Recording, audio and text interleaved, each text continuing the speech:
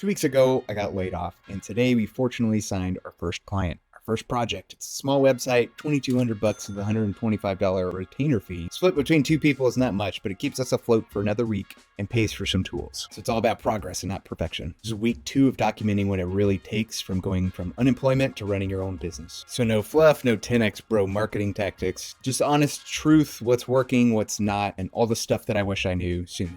So we got this first client by simply reaching out to friends and doing a couple social media posts, telling people what we do and asking for help. So we actually got connected to somebody who's also starting their own business and needed a website. So what we did was come up with a few solid website and SEO service packages and gave them 3 options to choose from. Giving a client or customer options kind of allows them to pick something that fits within their budget and actually increases the chance of a sale. So try to have certain tiers to your services. Not only to close the deal, but to help this client out, we actually gave a 20% discount on one of our website packages.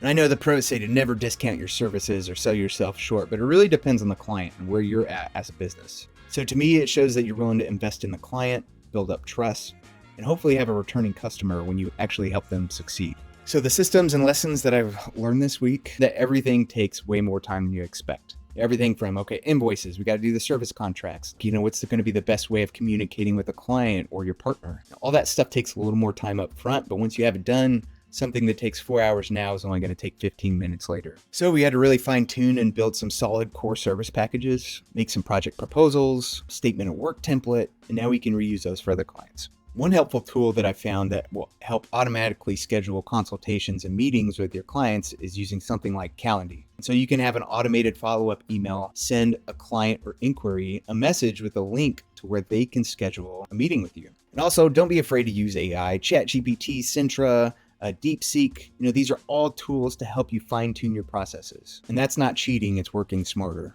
So real tips for people starting their own business out there is 1, you've got to put yourself out there. Ask for help, tell the world what you're doing. I was blown away about how much helpful advice I received. I even had 2 marketing agencies allow me to have a consultation with them and just let me pick their brain, which is invaluable, and some people pay a lot of money for that. So people are willing to help. It's amazing. And 2 is really hone in on your services and figure out your hard costs. We typically aim for trying to make $125 an hour because after taxes, tools, and expenses, you're really only bringing in about half of what you're charging. And 3 is build a great website. SEO takes time, but you need a solid foundation to build off of. And you can even build just a landing page for now and start marketing before you're even ready. And 4 is for client projects, you really have to track your time. So knowing this will help you with estimates, pricing better, and being able to scale. Tip 5 is use the 80% rule. I've even had some people say, hey, use the 60% rule. Launch and grow, you'll be able to improve over time. And the last part that I've learned is the mental game. So I've been slowly getting in the groove. So I've been working to about 6 p.m. every night instead of 8, 9, or 10 every single day.